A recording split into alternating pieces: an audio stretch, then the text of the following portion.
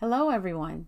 For my returning subscribers, thanks for coming back. For those that are new, please be sure to subscribe and hit that bell. I wanted to bring you a video on Oracal 651 and also the transfer tape that I use by Craftopia. The transfer tape is a premium tape. It's great. It's 12 by 12. It has a nice transfer positional glue or sticky side to it. And I really love the lines. It helps you to align your project up correctly and accurately, and it's just overall very helpful tape. I also wanted to show my Cricut smoothing wands, and also here is a tip for you.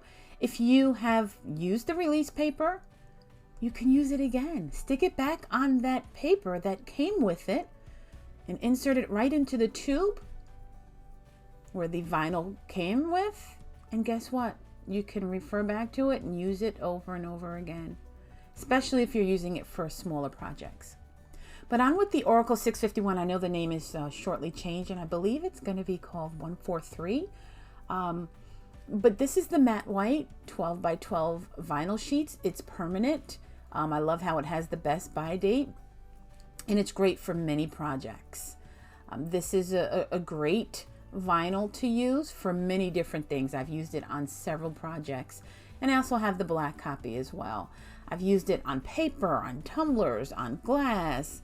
You can use it on cars, but pretty much any surface and any cutting machine. So it's really a good product to use.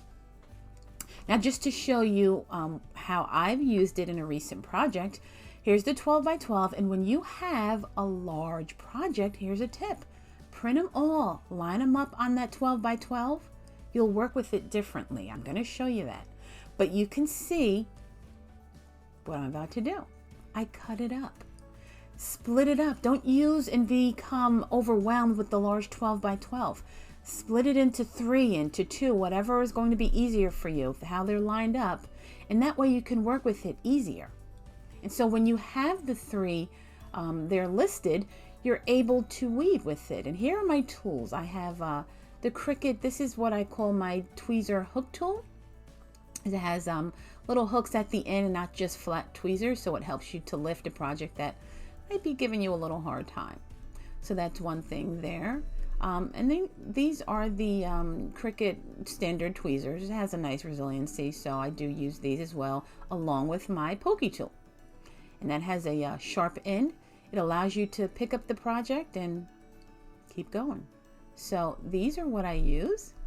And now, just to look at how I start my project, here's another tip. Start from the left corner.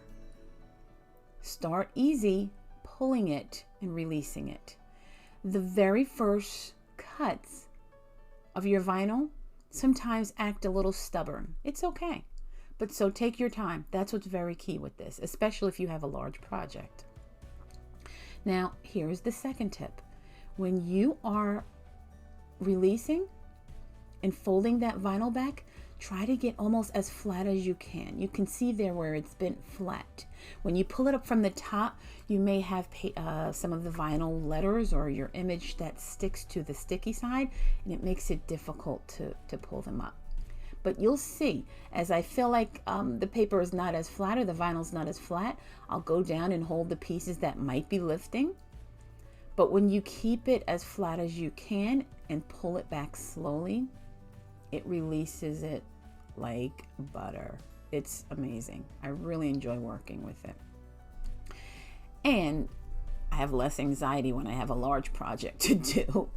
So you'll see here in a second, I'm going to speed it up, but I just wanted you to see, take your time initially. Once you get it going after that first cut, you'll see that it's going to pull back easy as long as you have it semi-bent. And you're going to want to eventually cut that vinyl down because it can get stuck under your hand.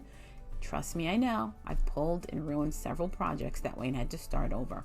So as it gets to be too much, just cut that additional vinyl. And you'll see I'll do that here in a minute. But we're going to speed it up so I don't bore you with pulling this back slowly. And as you're going through it, there we go. I am going to cut the excess, and you keep that there because that's what you're going to use to use to put your scraps on, the little pieces that you're weeding out. And again, if any pieces come up, use your little tools and hold those down. So you're gonna fold those pieces there. And as you get to weeding, you'll see this was a larger project. When you start to weed, don't go all over the place. Here's another tip. Our eyes can handle it easier when we just go up and down with the same letters. Apply them, weed them, and then poke them up and use them on that tool. So I really hope this was helpful for you. Thanks for watching. Leave a comment and let me know if there's something else you wanted to see with the vinyl. Bye.